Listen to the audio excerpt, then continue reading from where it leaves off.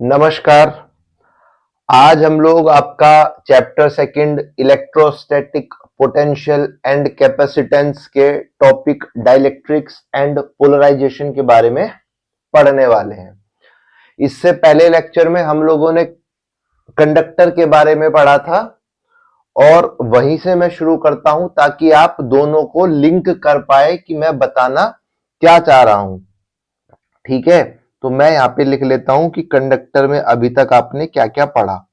बहुत हल्का सा ओवरव्यू होगा क्योंकि पूरा कंडक्टर का 1 घंटे का लेक्चर दोबारा पढ़ाना तो आप समझ रहे हैं कि पॉसिबल नहीं है, लेकिन इससे आपको थोड़ा बहुत आइडिया लग जाएगा। जिसने कंडक्टर वाला लेक्चर नहीं देखा है तो ये मेरी आपसे रिक्वेस्ट है कि उसको भी एक बार देख लीजिए। ठीक है, कंडक्टर में आपने सबसे पहले क्या पढ़ा था कि कंडक्टर के अंदर होते हैं क्या, फ्री इलेक्ट्रॉन्स पढ़ा था, जो किसकी तरह कार्य कर रहे थे, ये चार्ज कैरियर थे। क्या थे? चार्ज कैरियर्स, जो भी चार्ज को कैरी करते थे फ्री इलेक्ट्रॉन्स। ये इसीलिए कंडक्टर कंडक्टर था। पूरी कहानी पढ़नी है तो लास्ट वाला लेक्चर देख लीजिए। लेकिन जब हम लोग आएंगे डाइलेक्ट्रिक्स में तो डाइलेक्ट्रिक्स में फ्री इलेक्ट्रॉन्स नहीं होते हैं। ठीक है, जब फ्री इलेक्ट्रॉन्स नहीं होते हैं तो ये कंडक्टिंग सब्सटेंस भी नहीं होता है, जबकि कंडक्टर क्या था, कंडक्टर हमारे पास कंडक्टिंग सब्सटेंस था। ठीक, क्यों था? क्योंकि इसके पास चार्ज कैरियर्स थे और यहां पर फ्री इलेक्ट्रॉन्स नहीं है या चार्ज कैरियर्स नहीं है, तो डाइलेक्ट्रिक्स जो है हमारे पास वो नॉन कंडक्टिंग सब्सटेंस है। सब्सटेंस क्या होता है जिसको ये समझ में नहीं आ रहा हो, एक तरह से आप मटेरियल मान लीजिए, है ना। मटेरियल, मैटर, कुछ भी आप बोल सकते हैं। एक ऐसा मतलब मटेरियल जो नॉन कंडक्टिंग है। इंसुलेटर्स की तरह आप डाइलेक्ट्रिक्स को ले सकते हैं, या मैं कहूं कि इंसुलेटर डाइलेक्ट्रिक्स की हेल्प से ही बनेगा, ऐसा भी आप समझ सकते हैं। ठीक, ये नॉन कंडक्टिंग सब्सटेंस है। फिर जो तीसरा और सबसे इंपॉर्टेंट पॉइंट था कि जब हम लोग ना इसे एक्सटर्नल इलेक्ट्रिक फील्ड के अंदर रख रहे थे, एक्सटर्नल इलेक्ट्रिक फील्ड जब हमने अप्लाई किया तो हमारे पास एक इलेक्ट्रिक फील्ड इंड्यूस हुआ था। और वो जो इंड्यूस इलेक्ट्रिक फील्ड था, अगर मैं एक्सटर्नल इलेक्ट्रिक फील्ड को ई नॉट से डिनोट करूं तो मेरे पास जो इंड्यूस्ड इलेक्ट्रिक फील्ड हुआ था वो बिल्कुल इक्वल हुआ था। अपोजिट डायरेक्शन थी लेकिन मैग्नीट्यूड में बिल्कुल सेम था। तो ये दोनों जो थे, जो टोटल मेरे पास इलेक्ट्रिक फील्ड था किसके, कंडक्टर के अंदर, ई नेट इनसाइड कंडक्टर, वहां क्या हुआ था, वो जीरो था। क्यों? क्योंकि ये दोनों आपस में कैंसिल आउट हो गए थे। ये बात क्लियर थी। लेकिन जब हम डाइलेक्ट्रिक्स को एक्सटर्नल इलेक्ट्रिक फील्ड में रखेंगे,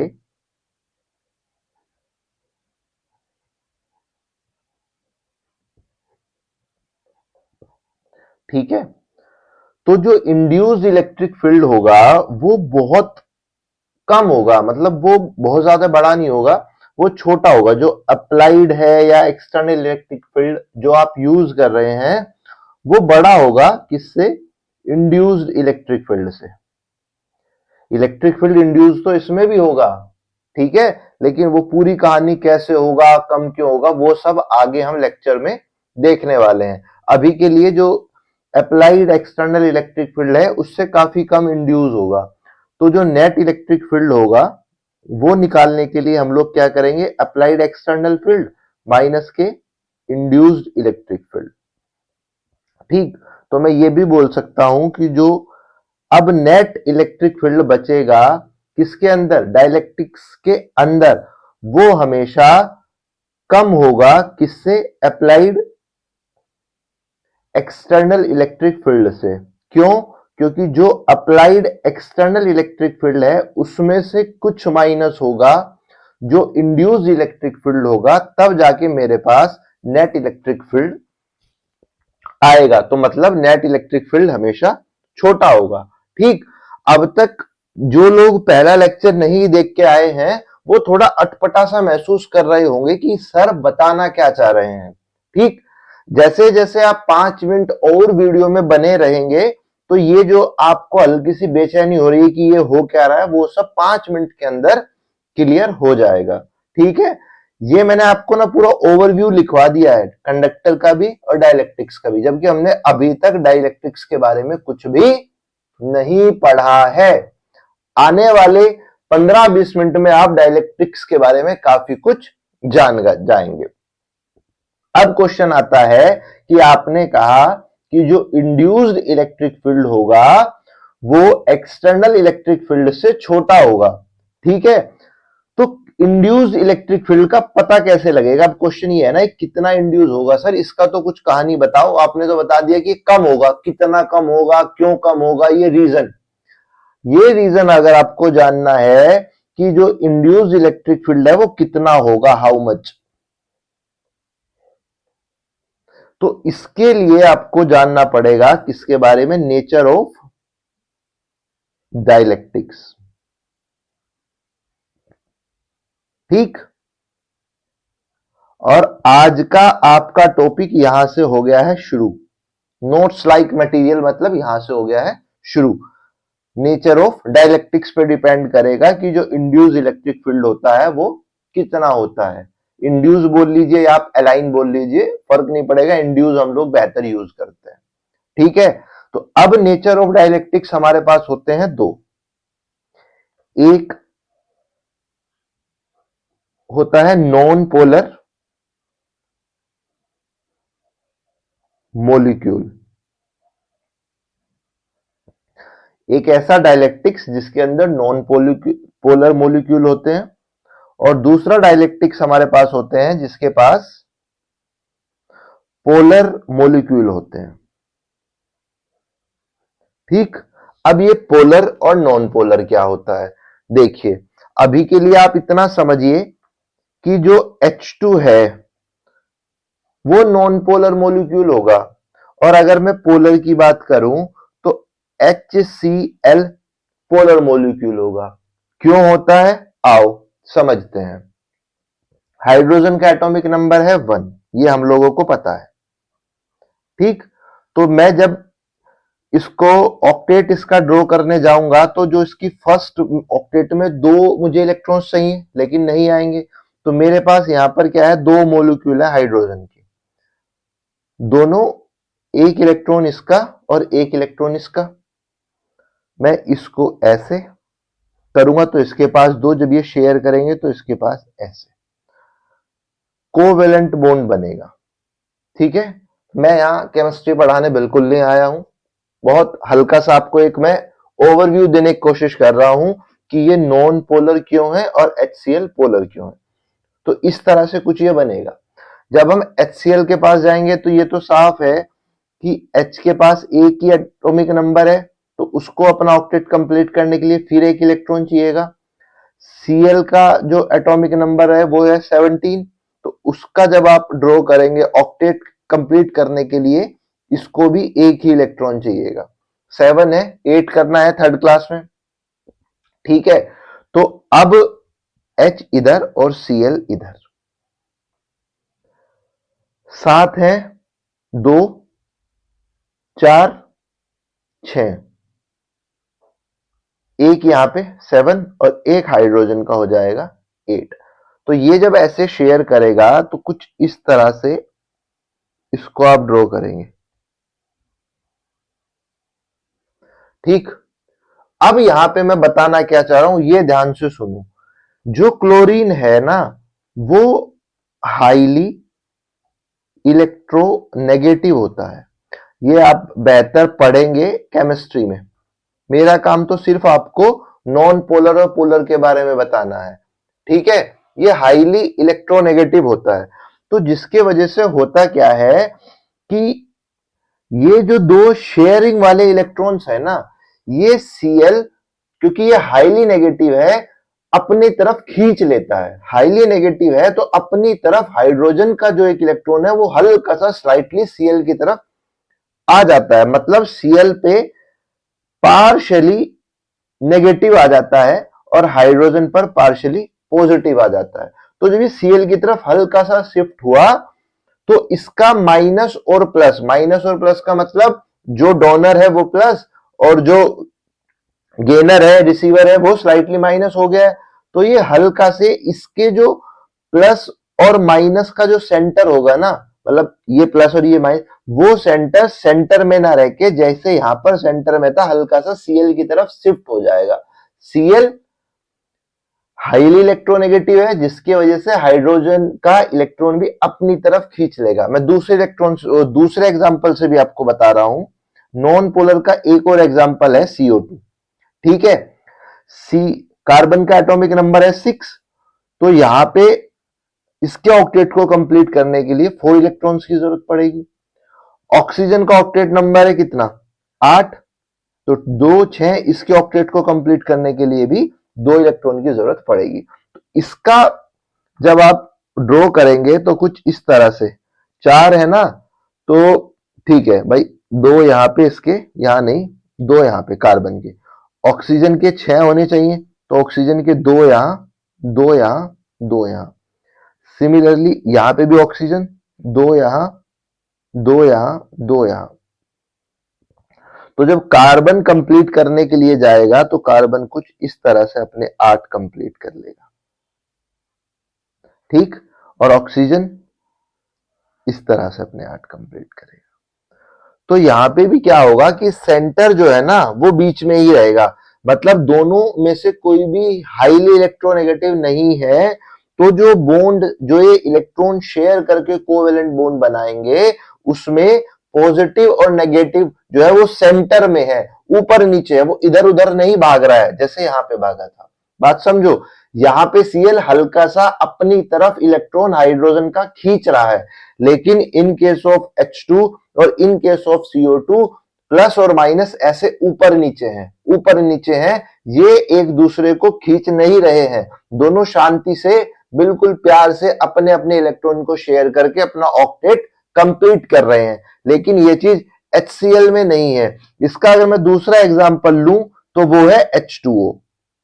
हाइड्रोजन का एटॉमिक नंबर 1 होगा, तो उसको अपना लास्ट ऑर्बिट कंप्लीट करने के लिए 2 चाहिए फर्स्ट ऑर्बिट में, तो 1 इलेक्ट्रॉन की कमी है। ऑक्सीजन के लिए सेम 2 6, उसको ऑक्टेट कंप्लीट करने के लिए 2 इलेक्ट्रॉन्स की कमी है। तो ऑक्सीजन जब अपने 6 बनाएगा तो 1 2 3 4 5 6, और हाइड्रोजन ऐसे शेयर करेगा, ठीक। तो ये हाइड्रोजन जब शेयर करेगा तो अपने 2 इलेक्ट्रॉन्स ऐसे कंप्लीट कर लेगा, और इसको जब 2 करने होंगे तो ये ऐसे आएगा। अब ऑक्सीजन हाइड्रोजन के रेस्पेक्ट में हाईली इलेक्ट्रोनेगेटिव है। ये सब चीज आप केमिस्ट्री में पढ़े होंगे, सिर्फ यहां पे मेरा जो पर्पस है वो आपको नॉन पोलर और पोलर मॉलिक्यूल में क्या डिफरेंस होता है वो बताने का है। तो जो ऑक्सीजन है उस पे स्लाइटली नेगेटिव चार्ज और हाइड्रोजन पर स्लाइटली पॉजिटिव चार्ज शिफ्ट हो जाएगा। इसका मतलब क्या है कि इनका जो सेंटर है ना, पॉजिटिव जहां पे होना चाहिए था वहां पे ना होके हल्का सा ऑक्सीजन उसकी हाइड्रोजन की तरफ और नेगेटिव हल्का सा ऑक्सीजन की तरफ शिफ्ट हो जाएगा। ये बात समझ में आई ना, पोलर में क्या होता है और नॉन पोलर में क्या होता है, ये बात क्लियर हुई। क्यों पोलर कहा और क्यों नॉन पोलर कहा, ये चीज क्लियर है, बहुत बढ़िया। अब हम लोग क्या करेंगे, अब हम लोग जानने वाले हैं पूरा का पूरा प्रोसेस कि क्या होता है डाइलेक्ट्रिक्स, किस तरह से पोलराइजेशन होता है, क्या काम है। अब पूरी कहानी शुरू होगी। यहां पर अब तक आपने सिर्फ ये पढ़ा कि नेचर ऑफ डाइलेक्ट्रिक्स 2 टाइप के होते हैं, एक पोलर एक नॉन पोलर। आप पढ़ने वाले हैं अब इसकी पूरी कहानी। चलिए शुरू करते हैं, ठीक है। आओ मैं इस इधर डाल लेता हूं heading non polar dye molecule.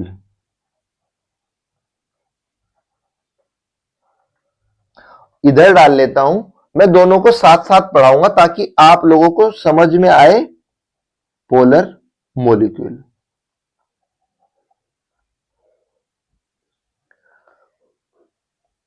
ठीक,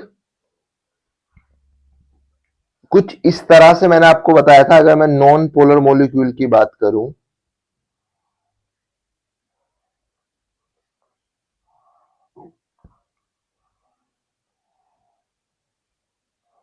देखिए, ये मैं आपको विश्वास दिला सकता हूं कि आज आप डाइलेक्ट्रिक्स यहां से ऐसा पढ़ के जाएंगे कि आपको लाइफ में कभी डाइलेक्ट्रिक्स पढ़ने की जरूरत तो कम से कम नहीं पड़ने वाली है। ठीक, लेक्चर थोड़ा सा, मतलब मेरा क्या है कि मैं एग्जाम रेडी नोट्स देने की कोशिश करूंगा तो लेक्चर हल्का सा लेंथी हो जाएगा, पर ये मैं आपको विश्वास दिला सकता हूं कि आज के बाद आप कम से कम डाइलेक्ट्रिक्स के लिए कहीं भी परेशान नहीं होने वाले हैं। देखो, मैंने क्या बताया था कि नॉन पोलर में जो पॉजिटिव और नेगेटिव चार्जेस हैं वो एक दूसरे के इस तरह से ऊपर हो जाएंगे। क्या ये बताया था? अभी कुछ इस तरह से शेयर होंगे।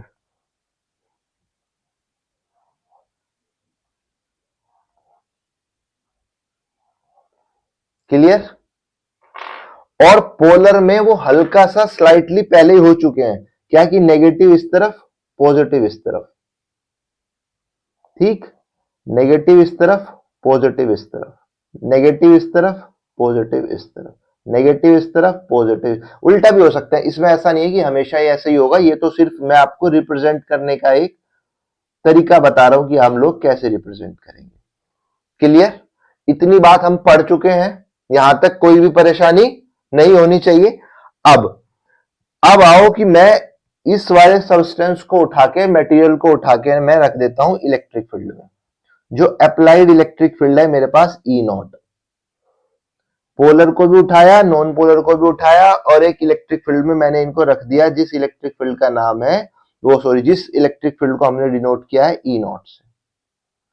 ठीक, जैसे ही मैं इलेक्ट्रिक फील्ड में नॉन पोलर सब्सटेंस को रखूंगा, इलेक्ट्रिक फील्ड की डायरेक्शन कैसे होती है? हमेशा फ्रॉम पॉजिटिव टू नेगेटिव। ये बात हम सब लोग जानते हैं। तो ये जो चार्जेस प्लस माइनस ऊपर है, इन पे एक ना फोर्स लगना शुरू होगा। फोर्स कैसे भाई? पॉजिटिव है यहां पे, नेगेटिव है यहां पे, तो पॉजिटिव हमेशा पॉजिटिव को हल्का सा रिपेल करेगा और नेगेटिव को अट्रैक्ट करेगा। तो ये ना धीरे धीरे क्या होगा कि हल्का सा शिफ्ट होने शुरू हो जाएंगे। मेरी बात समझो, जैसे अभी ऊपर नीचे है, आपने इलेक्ट्रिक फील्ड इस पे अप्लाई किया, तो ये जो यहां पे इलेक्ट्रिक फील्ड पे पॉजिटिव है और यहां पे डाइलेक्ट्रिक्स का जो ऊपर नीचे पॉजिटिव नेगेटिव है, तो हल्का सा ना पॉजिटिव पॉजिटिव को रिपेल करके ऐसे और नेगेटिव को अपनी तरफ अट्रैक्ट करके कुछ इस तरह की सिचुएशन में ला देगा। क्या कि यहां पे पॉजिटिव, यहां पे नेगेटिव, हल्का हल्का सा हल्का हल्का सा ये शिफ्ट हो जाएंगे। तो ये कुछ इस तरह की सिचुएशन बन जाएगी। यहां पर जिस तरह से यहां पे थे, कुछ इस तरह से ये आ जाएंगे, कुछ इस तरह से। क्या ये बात समझ में आ रही है? इसका मतलब क्या है कि अभी तक यहां पर ये वाला जो सिस्टम था, यहां पे डाइपोल नहीं बन रहा था। अब एक बात समझो, बात पढ़ाया गया था पोलर और नॉन पोलर। क्या डिफरेंस था? नॉन पोलर में जो शेयर इलेक्ट्रॉन थे वो बिल्कुल बीच में थे, पोलर में वो हल्के से शिफ्ट हो रहे थे और एक डाइपोल की तरह फॉर्म हो जा रहे थे। डाइपोल का मतलब क्या है? Two equal and opposite charges, two equal and opposite charges separated by very small distance. तो यहां पर चार्जेस भाई जितना इस पे नेगेटिव होगा इतना ही इस पे पॉजिटिव होगा। ये बात तो क्लियर है। तो ये एक डाइपोल की तरह काम करने लगेंगे। लेकिन जब आप यहां पे आए तो यहां पे डाइपोल नहीं है, इस वाले उसमें बिल्कुल भी डाइपोल नहीं है। ठीक है, लेकिन यहां पर देखो वापस से डाइपोल की तरह ये आपको दिखने लगे या नहीं? माइनस प्लस अलग अलग हो गया। और मैं एक बात को ध्यान रखना, मैं ये ना एक मॉलिक्यूल के लिए बात कर रहा हूं। मॉलिक्यूल कितना छोटा हो सकता है आप सब जानते हो कि अगर मैं इतना सा वॉल्यूम भी लूंगा ना, इतना सा, तो भी मेरे पास उसमें मिलियंस ऑफ मॉलिक्यूल होंगे। तो ये इतने छोटे छोटे से पार्टिकल में माइनस और प्लस कितने पास पास होंगे, ये बात आप समझ सकते हैं। ठीक है, मैं वापस से रिपीट कर रहा हूं, मॉलिक्यूल अगर मैं बहुत छोटा सा वॉल्यूम लूंगा तो इतने से वॉल्यूम में भी मिलियंस ऑफ मॉलिक्यूल होंगे, तो बहुत पास पास होंगे, और यहाँ पे ना एक डाइपोल की तरह ये दिखने आपको शुरू हो जाएंगे। मतलब यहाँ पे डाइपोल आपको दिखेगा, डाइपोल होगा तो डाइपोल मूवमेंट भी आपको दिखेगा। डाइपोल मूवमेंट की डायरेक्शन क्या होती है, क्या आप लोग जानते हैं? डाइपोल मूवमेंट की डायरेक्शन होती है -2 प्लस। ये बात आप सबको पता होनी चाहिए, बहुत बार हम लोग पढ़ चुके हैं, मैं वापस से रिपीट कर रहा हूं। डाइपोल मूवमेंट को हम लोगों ने डिनोट किससे किया था? पी से। ये बात क्लियर है? ये डाइपोल मूवमेंट जो अभी हुआ है वो हुआ है किसकी वजह से? Due to electric field. तो ये इलेक्ट्रिक फील्ड के वजह से डाइपोल मूवमेंट इंड्यूस्ड हुआ है। तो इस डाइपोल मूवमेंट को हम लोग बोलते हैं क्या? इंड्यूस्ड। बहुत मजा आएगा, बहुत ही मजा आने वाला इस टॉपिक में। बस आप शांति से अपने ना दिल और दिमाग से शरीर उपस्थित रहना अपने दिमाग के साथ। लेक्चर के लास्ट तक डाइलेक्ट्रिक्स आज आपके अंदर बैठ जाएगा। ठीक है, डाइपोल मूवमेंट यहां पे हुआ इंड्यूस्ड किसके वजह से? जो मैंने एक्सटर्नल इलेक्ट्रिक फील्ड अप्लाई किया था। क्या ये बात समझ में आई है? अब जब मॉलिक्यूल्स आ जाएंगे डाइपोल की फॉर्म में और डाइपोल मूवमेंट इंड्यूस हो जाएगा, तो इसको ही कहा जाएगा क्या? कि ये पोलराइजेशन हो गया है। पोलराइजेशन का मतलब क्या है? पोलराइजेशन का मतलब क्या है कि नेगेटिव पॉजिटिव, नेगेटिव पॉजिटिव में एक कॉमन जो चार्जेस रखे हुए थे वो डाइपोल में कन्वर्ट हो गए हैं। किसके? Due to external electric field. Due to external electric field हमारे पास डाइपोल मूवमेंट इंड्यूस हुआ, और जैसे ही डाइपोल मूवमेंट इंड्यूस होता है तो डाइलेक्ट्रिक्स को हम लोग क्या कह देते हैं? जैसे ही डाइपोल मूवमेंट इंड्यूस होता है तो dielectrics is said to be polarised. वापस समझो, जैसे ही डाइपोल मूवमेंट इंड्यूस होगा वैसे ही dielectric is said to be polarised. क्या ये बात समझ में आई? Said to be polarised.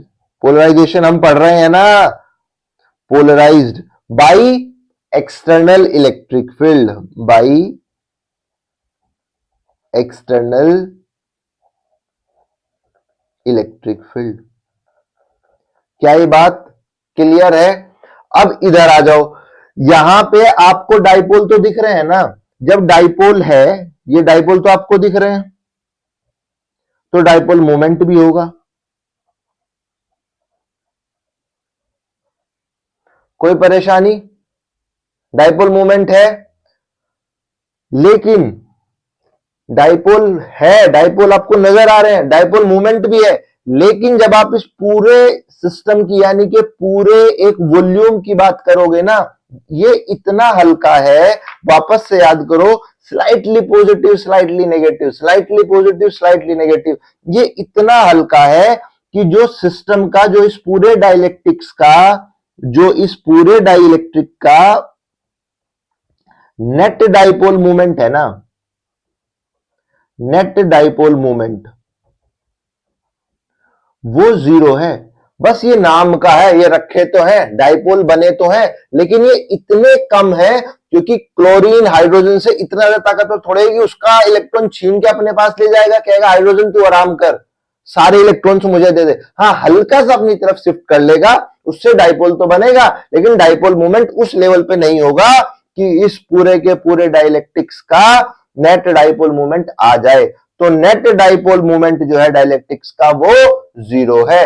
लेकिन जैसे ही ये भी एक्सटर्नल इलेक्ट्रिक फील्ड में आएगा तो अब इस पे डाइपोल मोमेंट, अब ये अलाइन हो जाएंगे। अलाइन का मतलब ये तमीज में आ जाएंगे। अब ये बिल्कुल एकदम सीधे तरीके से, नेगेटिव पॉजिटिव क्यों आ रहा है? क्योंकि यहां पर पॉजिटिव है, यहां पर नेगेटिव है। इलेक्ट्रिक फील्ड की डायरेक्शन क्या है? पॉजिटिव से नेगेटिव। और तो यहां पर पॉजिटिव के वजह से नेगेटिव चार्ज अट्रैक्ट होगा और इधर नेगेटिव की वजह से पॉजिटिव चार्ज अट्रैक्ट होगा। और ये पूरा सिस्टम, इस पूरे प्रोसेस में ना एक बात बहुत ध्यान से रखना, बहुत ध्यान रखना कि डाइलेक्ट्रिक कंडक्टर नहीं बनने वाला है। डाइलेक्ट्रिक इंसुलेटर है। मैं वापस रिपीट कर रहा हूं, ये हमेशा नॉन कंडक्टिंग ही रहेगा, ये कंडक्टिंग नहीं बन जाएगा। तो हम ये प्रोसेस क्यों समझ रहे हैं कि जो इलेक्ट्रिक फील्ड इंड्यूस हो रहा है ना, वो कहीं पे ज्यादा कहीं पे कम, तो किसमें ज्यादा और किसमें कम हो रहा है, ये बात समझ लो। कभी भी कंडक्टर की तरह इंड्यूस्ड इलेक्ट्रिक फील्ड इसमें इतना ज्यादा नहीं होगा कि एक्सटर्नल इलेक्ट्रिक फील्ड को कैंसिल कर दे। ये कभी भी कंडक्टिंग की तरह बिहेव नहीं करेंगे, ये हमेशा इंसुलेटर ही रहने वाले हैं। मैं ये सब कुछ क्यों पढ़ रहा हूं कि ये जो इलेक्ट्रिक फील्ड इंड्यूस हुआ है ना, वो कितना होगा, कहां कम कहां ज्यादा, ये कंडक्टिंग या सेमी कंडक्टर नहीं बनने वाले हैं, रहना इन्हें इंसुलेटर ही है। आप ये मत समझना कि यहां पर डाइपोल मोमेंट इतना ज्यादा हो जाएगा कि मजा आ जाएगा, इंड्यूस इलेक्ट्रिक फील्ड इतना ज्यादा हो जाएगा जितना कंडक्टर में था और सर इसको कंडक्टर बना देंगे। नहीं मेरे भाई, बिल्कुल नहीं। ये रहने इंसुलेटर ही है डाइलेक्ट्रिक्स, ये सेमीकंडक्टर भी नहीं बनने वाले हैं। इस बात को बहुत अच्छे से समझ लेना, रहने इनको इंसुलेटर ही है, ये सेमीकंडक्टर भी नहीं है। ठीक है, तो ये नेगेटिव पॉजिटिव इसके कंपैरिजन में, इस देखो ये तो है ही नहीं, यहां पे जब तक इलेक्ट्रिक फील्ड में नहीं था बहुत हल्का था, नेट डाइपोल मोमेंट जीरो था, लेकिन इसके मुकाबले ये थोड़ा मजबूत था और इसके मुकाबले ये थोड़ा मजबूत होगा। लेकिन इसका मतलब ये बिल्कुल नहीं है कि ये सेमीकंडक्टर या कंडक्टर बन जाएंगे, नहीं बनेंगे। तो यहां पर नेगेटिव और पॉजिटिव चार्ज अलाइन हो जाएंगे इतने अच्छे तरीके से जितने आपको दिखाई दे रहे हैं, लेकिन इनकी वो स्ट्रेंथ बहुत ज्यादा मजबूत नहीं होती है। इसका अब इसमें क्या होगा, इसमें ये तो अब डाइपोल तो ये पहले भी था, तो डाइपोल मोमेंट अब जो सिस्टम का होगा, अब सिस्टम को डाइपोल मोमेंट मिल जाएगा। ठीक है, तो डाइपोल, इसमें डाइपोल मोमेंट नहीं है, यहां पर डाइपोल मोमेंट होगा। क्या डायरेक्शन होती है डाइपोल मोमेंट की, लिख देता हूं वापस, नेगेटिव टू पॉजिटिव। ठीक है, और यहां पे भी क्या, डाइलेक्ट्रिक्स को, the dielectric set to be polarized due to external electric field. वो आप समझ गए होंगे, मेरी बात समझ में आई। जो मैंने एक्सप्रेशन शुरू में लिखा था मैं वही लिख देता हूं कि यहां पे जो ई नेट होगा वो होगा external electric field minus induced, दोनों केस में। क्या ये बात समझ में आ रही है? कुछ लोगों को लग रहा होगा कि सर छोटा छोटा क्यों लिख रहे हैं, मैं बड़ा लिख सकता हूं क्योंकि मुझे इसके नीचे कहानी लिखवानी है। मैं जो ये कहानी आपको बता रहा हूं ना, मैं वो कहानी आपको लिखवाऊंगा भी, क्योंकि एग्जाम में आपको लिखनी है और मेरा टारगेट हमेशा है कि मैं आपको एग्जाम रेडी नोट्स दूं। ठीक है, क्या ये बात आपको समझ में आई? पूरी डाइपोल की कहानी, पूरी डाइपोल मूवमेंट की कहानी। यहाँ पे सिंपल कुछ भी नहीं था, जैसे इलेक्ट्रिक फील्ड में आया बहुत हल्का सा डाइपोल मूवमेंट आ गया जिसके वजह से डाइलेक्ट्रिक पोलराइज्ड हो गया। पोलराइज का मतलब क्या है कि की डाइपोल मोमेंट आ गया है, इंड्यूस हो गया है, मतलब नेगेटिव और पॉजिटिव चार्ज अलग अलग हो गए। जब हम पोलर मॉलिक्यूल के बारे में पढ़ रहे थे तो वहां पे डाइपोल तो बना हुआ था लेकिन डाइपोल मोमेंट नहीं था।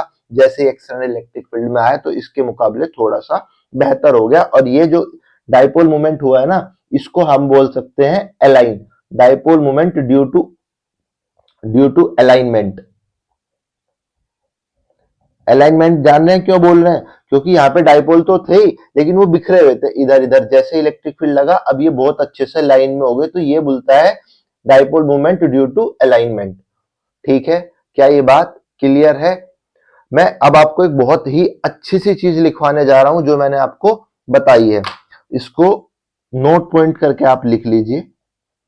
ठीक है, क्या कि वेदर पोलर और non polar molecule dielectric develop a net dipole moment when electric field applied. ये आपको ध्यान रखना है, जो मैंने यहां पे लिखवा भी दिया है, ये आपको मैं वन लाइन में भी लिखवा देता हूं।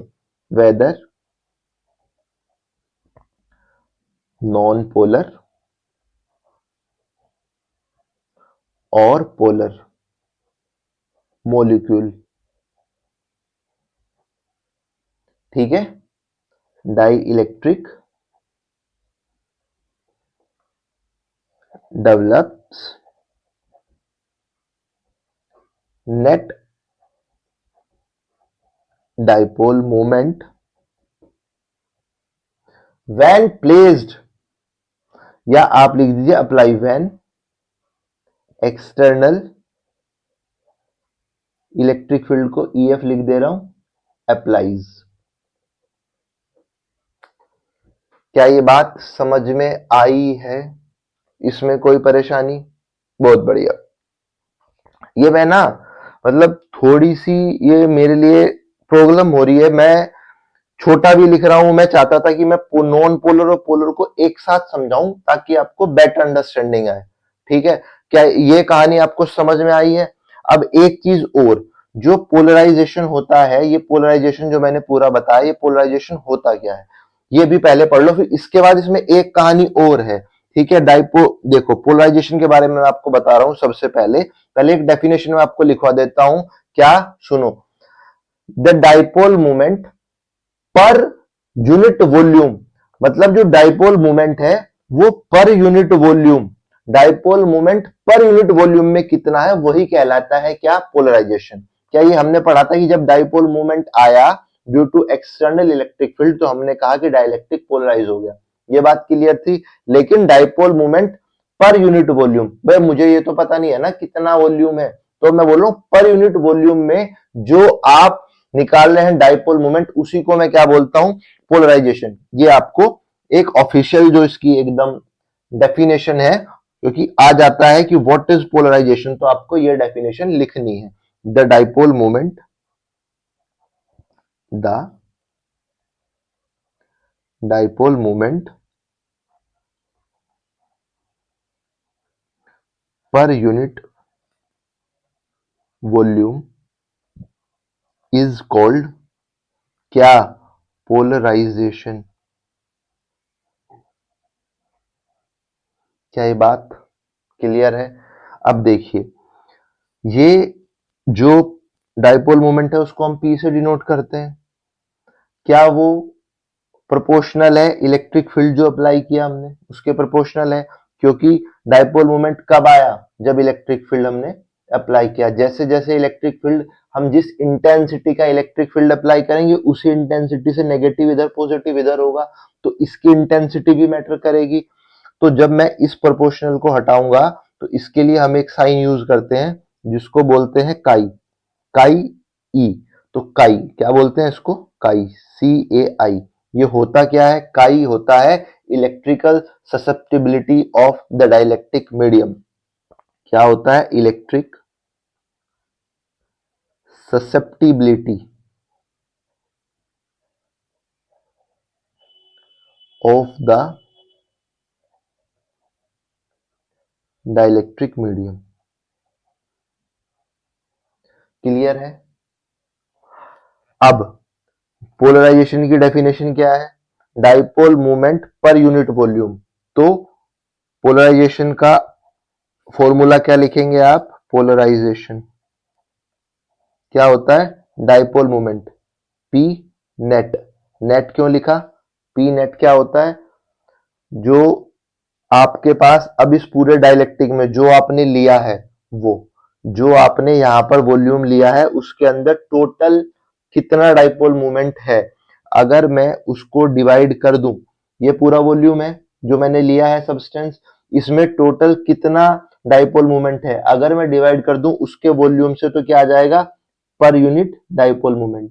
ठीक है, per unit volume dipole moment, ये पोलराइजेशन का फॉर्मूला है और ये डेफिनेशन है। अगर आपसे डाइपोल मोमेंट की डेफिनेशन एग्जाम में पूछी, सॉरी पोलराइजेशन की डेफिनेशन एग्जाम में पूछी जाती है तो आपको यहां से यहां तक एज इट इज लिखना है। क्या ये बात क्लियर है? बहुत बढ़िया। अब इसमें एक कहानी जो बची हुई है वो सुनो जरा ध्यान से। मैंने आपको बार बार बोलने की कोशिश करी क्या, कि अगर मैं बहुत छोटा भी वॉल्यूम लूंगा तो उसमें मिलियंस ऑफ मॉलिक्यूल होंगे, तो यानी कि बहुत पास पास है। जब बहुत पास पास ये हैं तो ये प्लस और ये माइनस और भी पास होंगे, तो ये एक दूसरे को कैंसिल आउट कर देगा। ये प्लस इस माइनस को कैंसिल आउट कर देगा, ये प्लस इस माइनस को कैंसिल आउट कर देगा। तो मैं बताना क्या चाह रहा हूं कि ये वाला जो नेगेटिव चार्ज बचा है ना, ये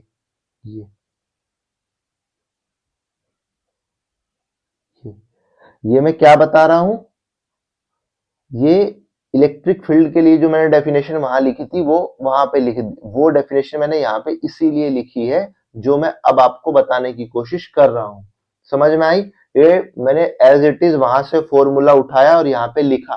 क्यों लिखा?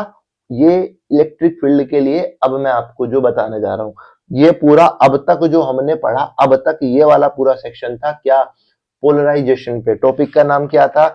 Dielectrics and polarization. डाइलेक्ट्रिक्स के नेचर क्या होते हैं, किस किस तरह के होते हैं, ये पढ़ा। पोलराइजेशन किस तरह से आता है, ये पढ़ा। अब जो मैंने इलेक्ट्रिक फील्ड के बारे में बताया था वो कैसे होता है वो पढ़ो, जो फॉर्मूला यहाँ पे लिखा हुआ था। जो बीच के हैं प्लस से माइनस, प्लस से माइनस, प्लस से माइनस, ये दोनों कैंसिल आउट होते जाएंगे।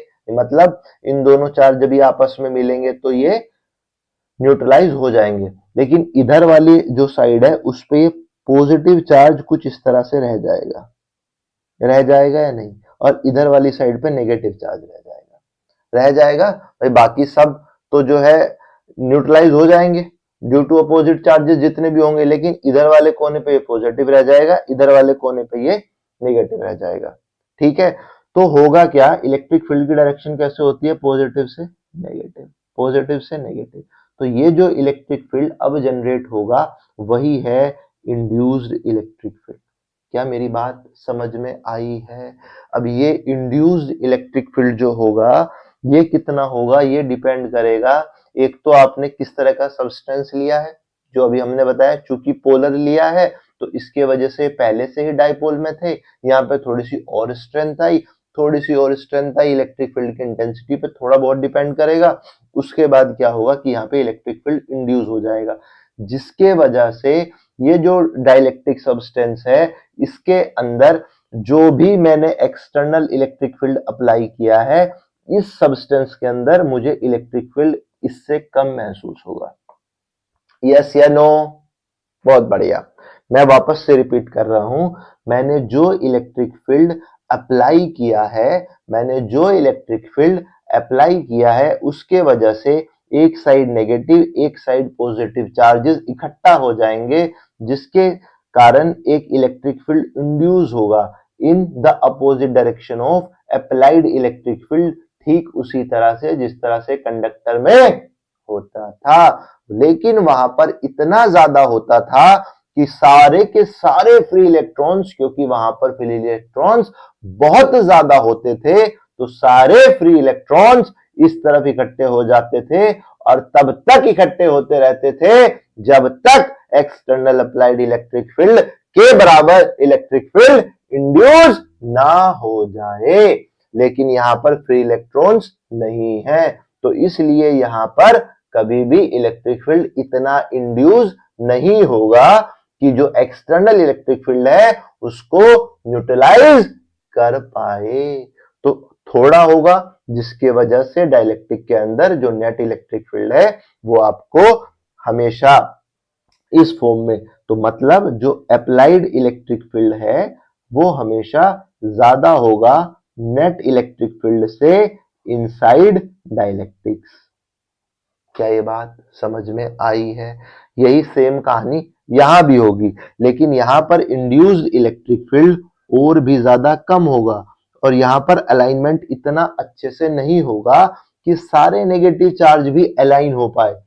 यहाँ पर नेगेटिव चार्ज भी सारे अलाइन नहीं हो पाएंगे, सिमिलरली सारे पॉजिटिव चार्ज भी लास्ट वाली सीट पर अलाइन नहीं हो पाएंगे, लेकिन जितने भी होंगे, जो भी बचे होंगे, वो भी कुछ इस डायरेक्शन में इलेक्ट्रिक फील्ड इंड्यूस करेंगे। हाँ, इनका इलेक्ट्रिक फील्ड का जो इंड्यूस होना है वो कम होगा।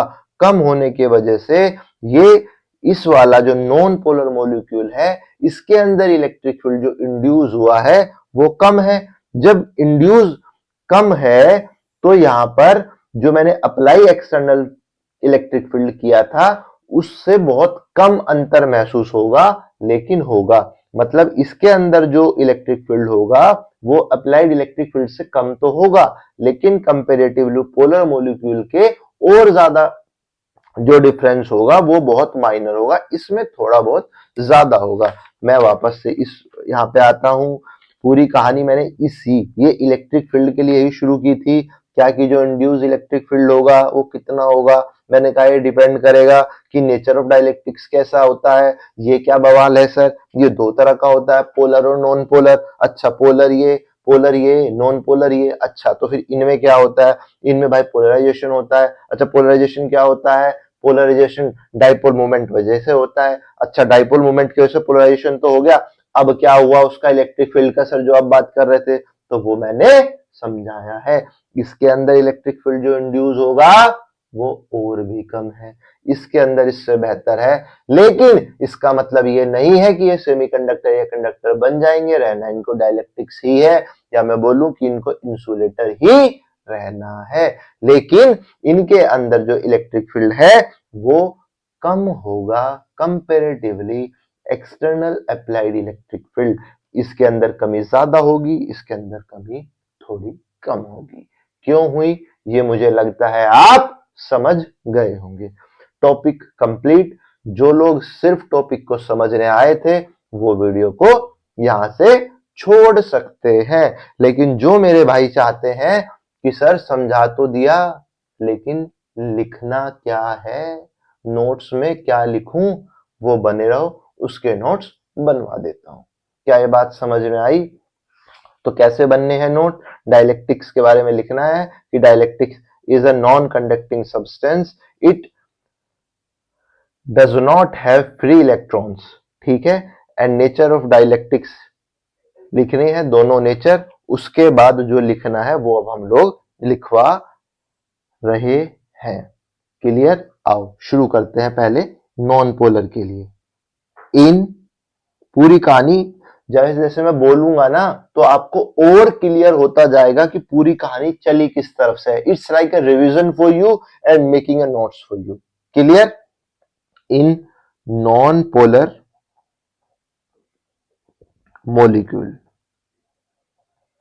ठीक है, the centre of positive and negative charge क्या था, ऊपर नीचे थे, क्या लिखेंगे उसको, कॉन्साइड्स।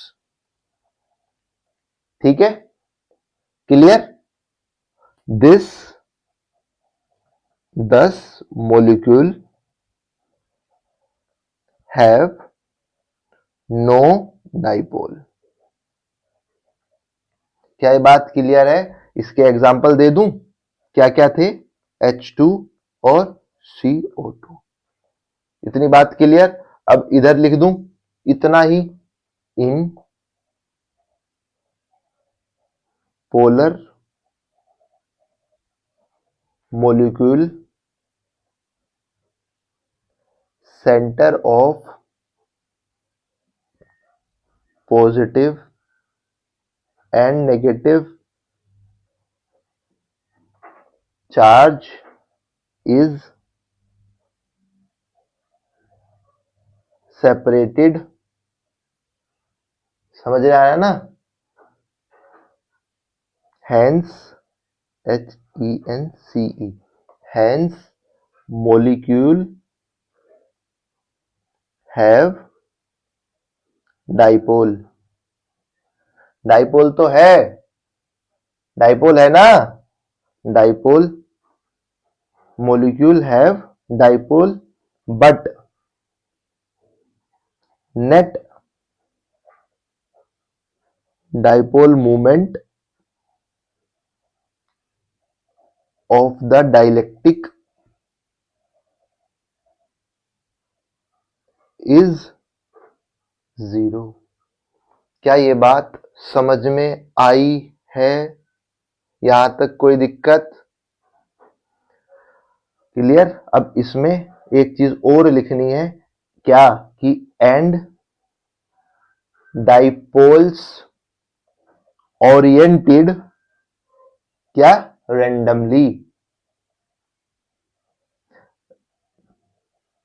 ये मैंने क्यों लिखी है, डाइपोल्स ओरिएंटेड रेंडमली, ये लाइन मैंने क्यों लिखी है? क्या ये बात सबको समझ में आई है?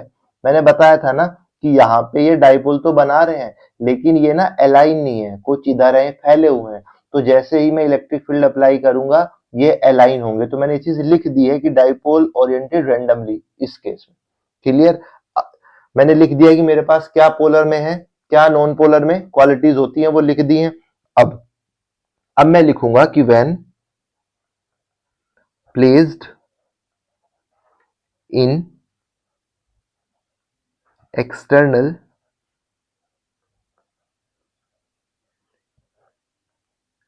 ई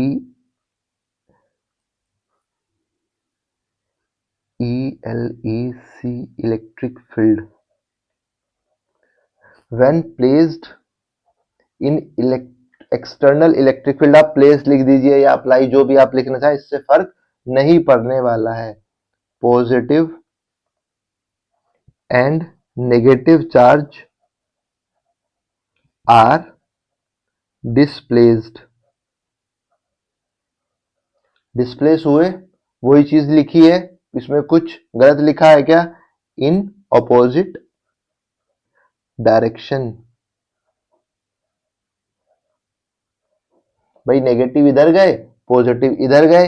इसमें क्या ये बात समझ में आई है? हेंस नॉन, ये मैं शॉर्ट में लिखवाने की कोशिश कर रहा हूं। आप अगर पूरी कहानी लिखना चाहें तो इसको बड़ा कर सकते हैं, लेकिन मैं कोशिश कर रहा हूं कि आपको मोटा मोटा लिखवा दूं। Hence non polar molecule, non polar molecule, ये जो नॉन पोलर मोलिक्यूल थे develop an induced dipole movement in the direction of electric field।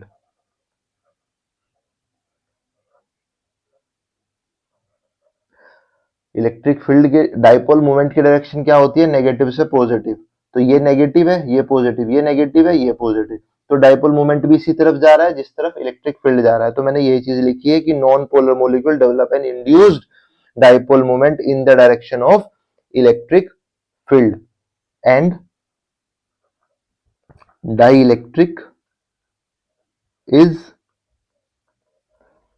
said to be polarized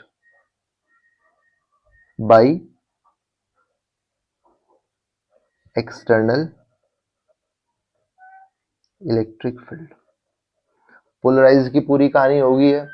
अब पोलर के भी पोलराइज, पोलर मॉलिक्यूल के भी पोलराइज की कहानी लिखवा देता हूं। लिखवा दूं? ठीक है, आओ। व्हेन प्लेस्ड, आप प्लेस लिखना चाहिए या लिख लें कि when applied external electric field, whatever you want to write. When placed in external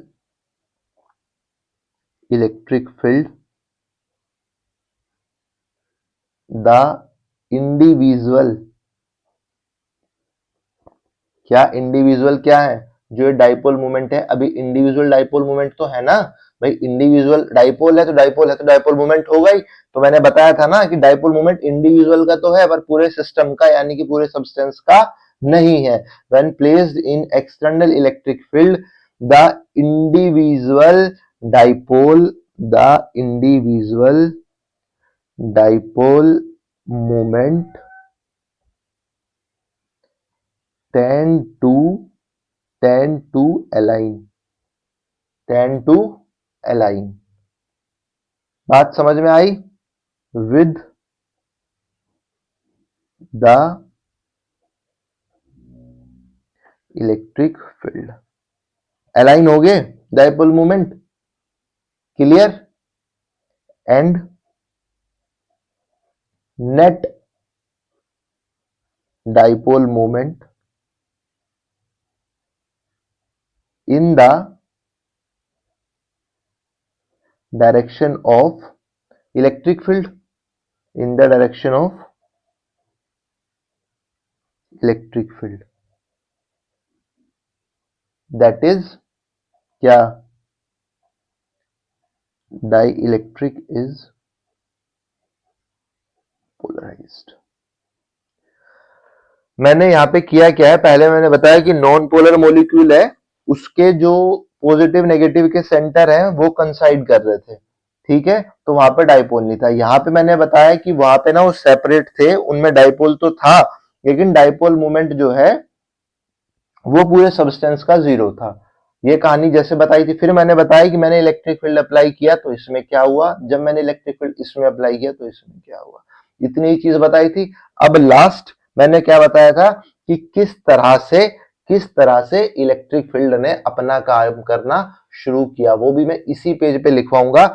अब इलेक्ट्रिक फील्ड किस तरह से काम कर रहा है ना, उसको बहुत ज्यादा जिसके लिए भी पूछा जाए वो लगभग लगभग आप सेम दोनों की तरफ लिख सकते हो। भाई ये दोनों में इंड्यूस इलेक्ट्रिक फील्ड होगा, इधर भी इंड्यूस हुआ है और इधर भी इंड्यूस हुआ है, बस इधर थोड़ा कम हुआ है इधर थोड़ा ज्यादा हुआ है। तो अलग अलग लिखाने का मुझे बहुत ज्यादा बेनिफिट नहीं लगता है, तो मैं आपको एक प्रॉपर लिखवा देता हूं कि इलेक्ट्रिक, बहुत ज्यादा लंबा करने का यार आप लोग फिर परेशान हो जाओगे कि वैसे ही वीडियो 1 घंटे के आसपास की चली जाएगी, आप वैसे ही परेशान। तो मैं इलेक्ट्रिक फील्ड का जनरल लिखवा दे रहा हूं, आप दोनों में वही सेम लिख सकते हैं। क्लियर?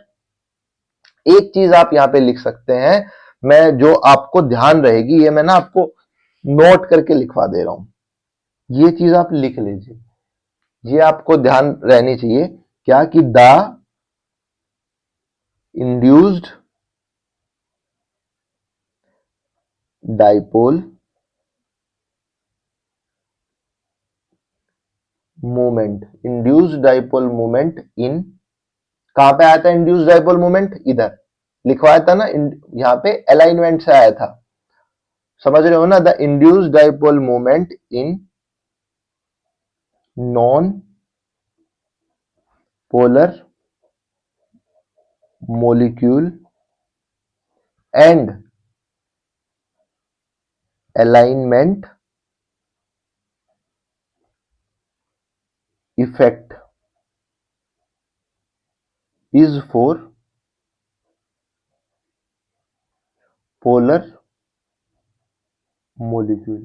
क्या ये बात समझ में आई मैंने क्यों लिखवाई?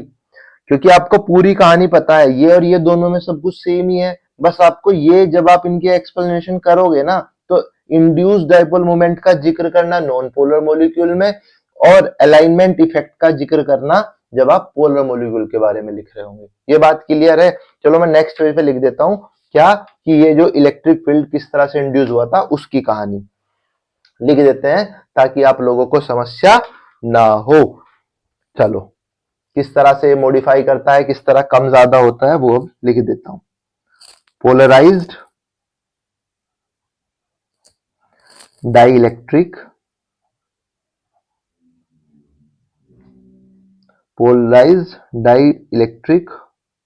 modify the original external electric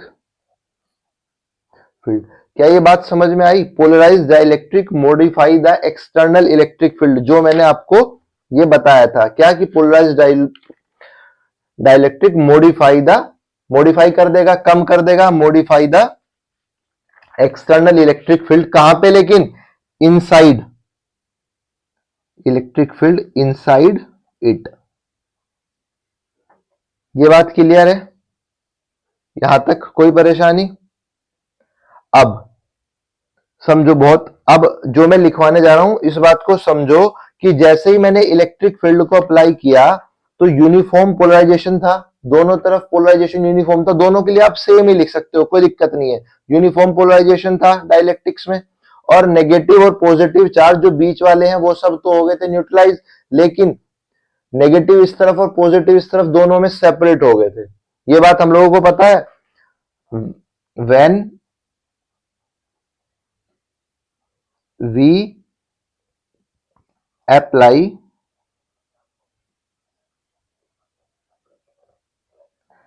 ये मैंने लिखवा, ये ना आप नेक्स्ट लाइन से शुरू कर सकते हैं, ये मैंने आपको लिखवा दी है जो लास्ट लाइन है कि ये आपको लिखनी है कि मॉडिफाई ओरिजिनल एक्सटर्नल फील्ड, आप एक्सप्लेनेशन यहां से शुरू कर सकते हैं। When we apply external electric field, external,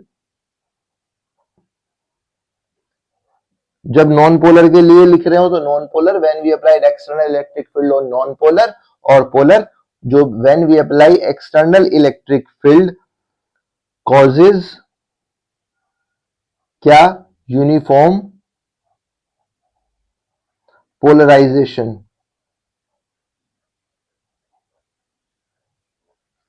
of the die electric,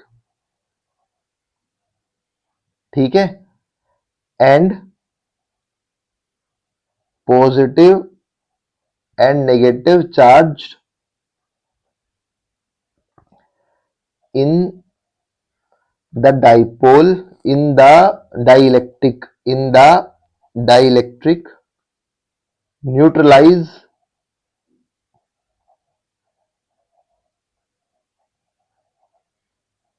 as sits close। क्या ये बात ही हमने बताई थी? But positive charge at right surface, positive charge at right surface, positive charge at right surface and negative charge at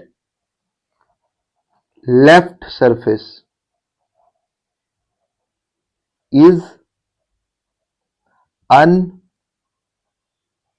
unneutralized।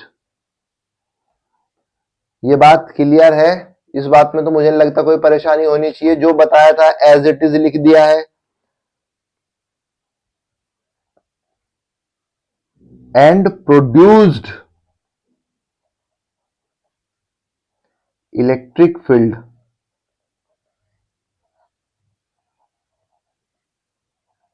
Due to this polarization, ठीक है। अब next line से दिस इलेक्ट्रिक फील्ड, कौन से वाले की बात हो रही है? इंड्यूस्ड इलेक्ट्रिक फील्ड की। दिस इलेक्ट्रिक फील्ड कौन सा? Induced electric field reduce the effect of external electric field inside the dielectric.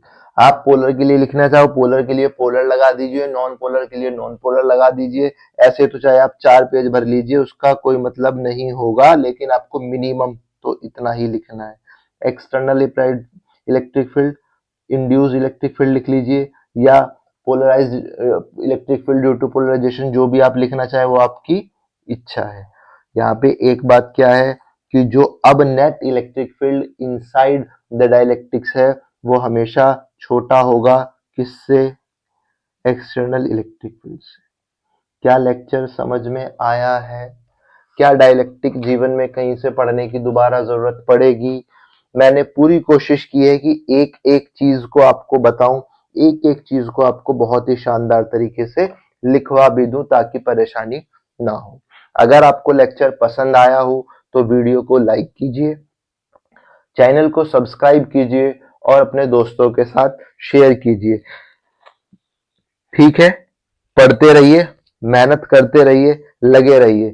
मिलते हैं नेक्स्ट लेक्चर में, तब तक के लिए नमस्कार। और नेक्स्ट लेक्चर में हम लोग पढ़ेंगे कैपेसिटेंस। अब आपने कंडक्टर पढ़ लिया है, आपने पढ़ लिया है डाइलेक्ट्रिक्स, तो अब हम पढ़ने वाले हैं कैपेसिटेंस। नमस्कार।